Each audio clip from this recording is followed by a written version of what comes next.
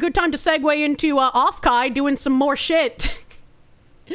Offkai doing something else shitty. Wow, who could have seen this coming? Chat, do not give money to people who hate you. For Offkai Gen 4, we're requiring a verification check of a government-issued ID during queue. Please make sure you bring one before waiting to meet your Oshi, or you won't be able to attend the meet and greet. And here on the image, it says meet and greets, ID check. ID will be checked before all meet and greets. Any valid form of government-issued ID will work. And considering we have had issues in the past, as once again Mud Hut Man here said, on one hand, I could understand wanting to avoid things like scalping or possible harassment, but on the other hand, I can easily see this being exploited. Not only have some volunteers been extremely unprofessional when it comes to handling VTuber information before, but some members of the staff have proven to be activists. This happened 2 years ago with one volunteer. Original post is missing because the user deleted their account and moved to Blue Sky. And this is Kokui back in 2023 saying, warning about RJ2, the LA2. I'm not big on putting people on blast on Twitter, but this man made me feel unsafe, and I don't want him doing creepy things to other VTubers. So here we are. He not only bragged about getting a job at Offkai as staff so he could meet VTubers, but he also went out of his way to talk to people to figure out who they were by trying to identify their voices. Completely unprofessional behavior for someone representing the convention. I didn't realize this, but when he approached me and my friends, he asked us what he should do if he recognized a VTuber and if he should approach and talk to them. And I said, you should only approach them if they said it was okay beforehand, otherwise let them be. And he turned his head and said, hey, Kokui, completely disregarding his own question. Then my first stream back, he says this in my chat twice, once with my TTS bot to make sure I heard it. I just wanted to get the word out about him since I've seen him in other streams aside from my own, and I feel sick to my stomach thinking he might be weird at someone else too. Stay safe, everyone. And these are the chats from her stream down here from the RJ guy. He said, at Kokui, how did I meet you in person and still barely know what you look like? Anyway, you're lucky you were surrounded by friends, or I might have attempted to make one of those mangas you enjoy become reality. What a fucking freak. Holy shit. Fuck you, chat. I touched Kokui's hand. Be jealous. How did I meet you in person and still not know what you look like? Someone was incognito. Anyway, lucky you were surrounded by friends, or maybe I would have attempted to make one of those mangas you read become a reality, and then a crying emoji afterwards. What is this insane fanfic? Yeah, like an actual fucking lunatic. And considering we know that there have been people both on the Offkai staff and on the volunteer list that have it out for certain VTubers, that have vendettas against certain VTubers, that want to make sure certain VTubers do not have a great time there. Again, becoming a volunteer if the staff hates your VTuber, and by fucking association you, because you like that VTuber, you're not gonna have that great of a time. And it's like, it makes me sad because I want all communities to be able to go to a convention. A VTuber convention should be completely sans politics. There should be no picking and choosing what politics belong there. It should be completely sanitized of anything political. There should be no political panels. There should be no political booths. It should all be VTuber centric. And it's like, even when I was going to go, I was going to be doing an 18 plus voice acting panel with someone else. I wasn't going to be doing anything political. I wasn't going to be bringing politics there because they don't belong. And instead of having me go and seeing what the result would be, they decided to blacklist me from appearing on panels as an official guest and telling me, well, people just don't feel safe if you're here. And as a small convention, we can't have that right now. Maybe in the future when we grow larger, we can have some more controversial VTubers like yourself. And it's like, I don't fucking believe you. If you're willing to blacklist me at this point, first of all, I'm not going to come to your convention. I'm not going to buy a badge and give people who hate me money. That's absurd. And second of all, I don't believe that in the future you'll suddenly be like, okay, we know we said you couldn't come before, but now it's okay. Like, I just don't fucking believe you. Your people are known for being backstabbing, lying cunts. There's no fucking way. And then we had multiple Offkai volunteers get removed this year because they couldn't help themselves and they posted shit on Twitter that they shouldn't have. We had that one tech guy who lost his position because he was posting shit. We had that one former staff member that I found that basically outed Offkai as like, yeah, they did try to sabotage certain people, you know? So it's like, I don't know how or why people still support Offkai as a convention. It's not going to change. It's going to be shit every year. And it's like, I definitely feel bad for people who want to have like a fun con experience with their friends. But if the organizers hate you, if they hate your Oshi, what are you paying for? What are you doing? I want to have a VTuber convention that is welcoming and open to everyone, unless you've done something illegal, right? Like if you've like fucking sexually assaulted someone or you've murdered someone, like, yeah, you can get the fuck out, right? But like, I'm gonna need to see the police report. Do not give your money or government ID to people who hate you. Yeah. And so the fact that their con is so heavily mismanaged, they have so many mentally ill people running the show, performing their vendettas in real time against VTubers and VTubers communities that they dislike because of perceived political differences. I would not trust these people with ID. I would not trust them to have this information be secure. I do not feel like this is a safety thing on their end. I feel like this is a safety thing on everyone else's end. Knowing how vocal they are about their hate of some VTubers and their fans, how could anyone trust them with their personal information? I have no idea. It feels like some people try to heavily convince themselves that like, oh, it's fine if they hate my Oshi because as long as she gets to keep going, I'll keep giving them money. But it's like, you like your Oshi, therefore they also hate you. Are your fucking gay hotel orgies really worth it, dude? Wouldn't you rather go somewhere where, like, instead of hating your Oshi, they have a firm indifference? Where they, like, let everyone go? What if you have an entourage of a dozen or 24 burly meat shields to raffle stomp reporters? Them bringing up this requirement a week out from the event is really scummy. And I actually got told interesting information about this. Ken Ashkor, actually, one of the few based people still living in 1984 Bongland, seems like they may have legal grounds to deny access if it's set out, as nobody has paid for their tickets yet. Mad that you can vote in California without documents, but you can't say hi to your Oshi without a passport. And then he said, interestingly enough, if you paid before June 10th, when the website was changed, you have every reason to deny them access to your ID. Anyone who paid for the HoloLive or Stars or Priority Lottery in advance of June 10th has a legal ground to deny. And I'm assuming this is under California's consumer protection laws. So you can see the archive of the website here. And then the updated version of the website here requiring ID. So if you had gotten your meet and greet passes prior to June 10th, you are well within your consumer rights to reject giving them ID. And if they tell you that you have to give ID, and you show them this, and you show them the California consumer law, and they still demand ID, they put themselves at risk of being sued. So I feel like Offkai just keeps making one retarded decision after another. It's like, it's just actually insane that someone decided to do this.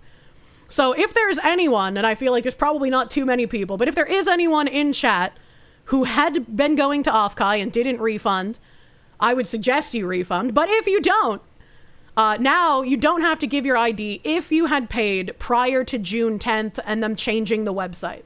Because you agreed to a different term than what they set out after that. And they cannot alter that if you've already paid by California consumer law. I am altering the deal. Pray I don't alter it any further. He said, unless this was on the payment page for the meet and greet before June 10th, or placed in the success email sent out for the tickets, they're kind of in a bit of trouble asking for ID from anyone unless they can prove you bought your meet ticket after 5 a.m. on June 9th. Tap the sign, just don't give people money who hate you. Yeah, exactly. If people hate you, it's in your best interest to just not give them money. You just wouldn't be in this position at all if you just didn't give people who hated you money. I was like, again, he mentions it in one of his tweets where it's like, it's funny that you can vote in California without ID, but Offkai is going to require it to meet your Oshi. It's very similar to their Maid Cafe rules, where no longer in California are even healthcare fucking workers required to be fully COVID vaccinated, But God forbid you want to volunteer your time and your outfit for a completely free Maid cafe at Offkai. You got to be fully boosted and vaccinated out your ass for COVID. A very, very weird thing, Offkai, as it were. You know, maybe Moonman's not going to be able to fucking smuggle me in, right? You know, sorry, Moonman. Your hot wife's allowed to stay, but you got to go back. We got to deport you. Your ID's no good here. And there's a fucking, someone made a soy jack for it. I got deported at my Oshi's meet and greet. That's fucking great. That's fucking great, dude. God damn, they're going full TSA. I'm gonna go retweet this on my main account. I feel like I have an obligation to retweet this. You want that shirt? Oh my god. Well, I still find it very amusing that instead of seeing if I would be a piece of shit at their con, spoiler, I wouldn't have been, they decided to kick a hornet's nest, and unlucky for them, I was not as negligible as they perceived. And considering how much hatred I have for political ideologues, this has become a vendetta. I will not be happy until I see the Offkai staff completely fucking removed. I want this con staffed by actual human beings and not the scumfucks that are currently there. Either that, or maybe the entire con gets shut down and we bring our own with hookahs and blackjack, thanks to Craig. Thanks, Craigathy. In Offkai related news, looks like the other day they leaked that Kana Yanagi now belongs to a different agency by listing her in a panel before she could make the surprise announcement during the event, effectively forcing her to do a quick announcement. They deleted the name but left a comma where her name was. Happy for Kana. She's a crazy worker, very entertaining girl. I've never heard of her. I don't know who she is. I'm sorry. Upset at Offkai, pretty sure the leak forced the announcement early and ruined the moment. This is from Glitch Stars. A new star takes flight. We're excited to officially welcome the newest member of our roster to Glitch Stars. Follow along for updates in the official debut stream, July 12th, 2025. Get ready for our newest star. That's a picture of her. Offkai has potentially leaked that Kana Yanagi, formerly of Pixel Link, is joining Glitch Stars. In a listing for Glitch Stars' Jeopardy panel, they listed Kana as a participant. They have since poorly edited the site to remove her name, but left an extra comma behind. Man. Yeah, there's the Kana Yanagi name in the announcement. Once again, Offkai is staffed by people who don't know anything about VTubers. They don't care about VTubers. This has been shown time and time again. Alright, so it doesn't surprise me that they would make a mistake like this. It doesn't surprise me, and I feel bad for the VTuber lady that it happened to. But it's like, again, if you're going to hitch your horse to this shitty-ass wagon, this is what you should be expecting. How many fucking fiascos? How many fucking fiascos is it gonna take for you to stop giving your money to this shitty fucking company? Yeah, I guess everyone's favorite retard chimed in on the Offkai stuff. Oh god. The guy that tried to join in on the cancellation campaign of me, you know, I was getting my comeuppance, as it were. Someone named Kendrillion, not the guy I was just talking about. They quote retweeted Offkai and said, "Hey, so what if one of the staff members has a vendetta against a talent, smaller booth VTubers and or artist alley talent for art that they don't like?" And the guy that joined in on the cancel campaign of me until they realized how much of a red fucking flag Anna was, said, "This is not entirely uncommon among the convention space, and usually you need to provide identifying information if you're a booth. It's like, I understand the concern, but it's like people are so quick to jump the gun when it's probably just a quick check, if anything." Considering the flagrant amount of incompetence and maliciousness we have seen from Offkai for the past several years, why would you continue to give them any sort of benefit of the doubt? Like that is actual insanity. This is beyond the like, fool me once, shame on you, fool me twice, shame on me, fool me 3 times, right? Like that, we're way fucking beyond that. And Kendra brings that up saying, "Kenny, I would understand if it was Anime Expo, DreamCon, TwitchCon, Comic-Con, PAX, heck, even Rainforest, because these cons are established enough that if they mess up, everyone knows it's them and they have to take responsibility. But Offkai has repeatedly fumbled basic safety and security for 3 years straight. Why would I give them my ID when they never own up to what they do because the staff and the higher-ups will blame anyone but themselves. And they have a great fucking point.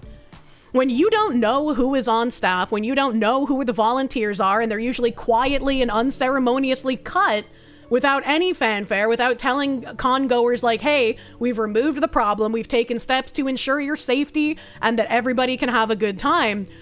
When they do this sort of like closing the wagons, yeah, we agree with everything this person said, but they said too much out loud, so they have to go for optics' sake. Why would you fucking trust them?